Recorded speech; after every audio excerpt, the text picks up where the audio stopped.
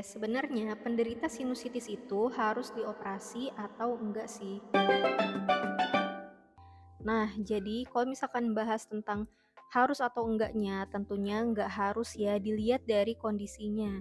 Karena kalau yang biasanya yang harus dilakukan tindakan operasi itu adalah yang dia sinusitis kronis, yang alias udah lebih daripada 3 bulan berturut-turut. Nah, kalau untuk tindakan operasinya itu sendiri, itu sebenarnya ada beberapa jenis yang dianjurkan.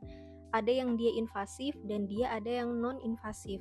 Nah, kalau yang non-invasif itu dia nggak ada pembedahan.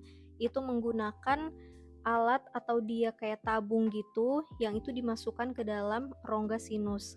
Yang pertama itu adalah balon sinoplasti. Nah, seperti namanya, jadi dia tuh ada tub atau selang yang dimasukkan ke dalam rongga sinus yang berfungsi itu untuk dia melebarkan saluran sinus. Nah, akhirnya nanti setelah itu bakal didrainase atau diirigasi sehingga penumpukan lendir pada rongga-rongga sinus itu bisa teratasi. Tapi kelemahannya ini tuh nggak bisa jika pencetus dari sinus itu adalah polip hidung atau dia ada tumor di hidungnya. Nah, kalau misalkan dia punya tumor atau polip hidung, maka menggunakan prosedur yang lain yaitu endoscopic sinus surgery. Nah, endoskopik ini itu adalah tub atau dia selang yang dia ada kamera kecil, kemudian ada juga lampunya. Nah, fungsinya itu adalah untuk memonitor atau melihat gitu ya. Jadi gimana keadaan di dalam situ dan juga kalau misalkan ada polip atau ada tumor itu bisa langsung di-cut gitu kan, langsung dipotong gitu, dikeluarkan dan sekaligus untuk mendrainase atau menguras si lendir pada sinus. Metode ini juga itu nggak pakai pembedahan atau tidak invasif ya, bersifat non-invasif. Nah, sedangkan yang invasif atau ada pembedahan itu yang pertama adalah deviated septum surgery. Nah, jadi penyebab dari sinusitis itu salah satunya karena dinding pembatas ini kan ada tulang rawan gitu ya. Nah, ini tuh dinding pembatasnya itu bengkok. Nah, bengkoknya ini bisa terjadi karena memang kelainan bawaan sejak lahir atau karena cedera gitu ya, karena kecelakaan.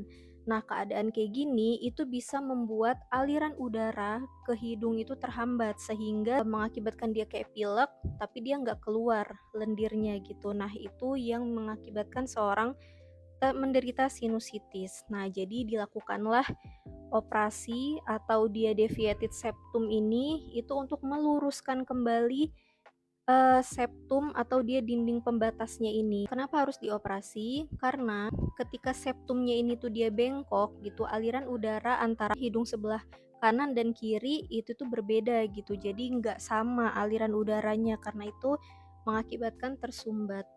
Nah, salah satu prosedurnya itu langkah-langkahnya itu adalah seperti ini. Hanya dilakukan insisi gitu ya, atau dilakukan pembedahan seperti itu. Nah, tapi ini juga masih minimum resikonya daripada metode yang satu ini, yaitu yang biasa dipakai buat estetika atau kosmetika, yaitu rinoplasti. Nah, rinoplasti ini biasa dilakukan memperbaiki bentuk hidung supaya lebih ideal. Nah, ini nih yang paling kontroversial, apakah ini berguna gitu untuk mengobati sinusitis?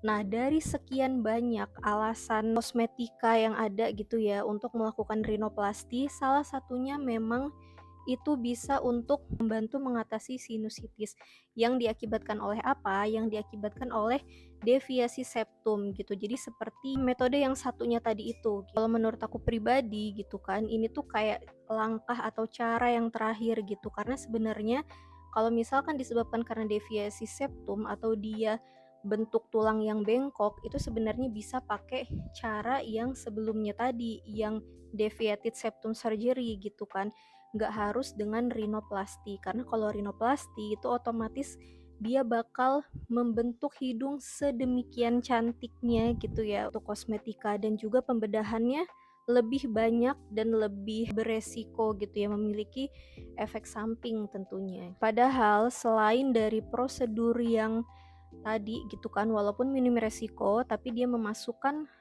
alat ke dalam rongga yang dia tuh bisa mengakibatkan mimisan, kemudian perdarahan juga, terus efek samping hidung tersumbat, penciuman terganggu dan lain-lain dan juga itu berakibat pada kerusakan mata gitu ya karena rongga sinus itu berdekatan dengan mata.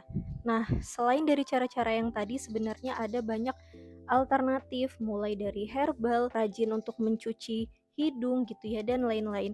Nah, menurut kalian gimana nih? Apakah mending menggunakan perawatan alternatif atau surgery seperti ini nih? Tulis di kolom komen.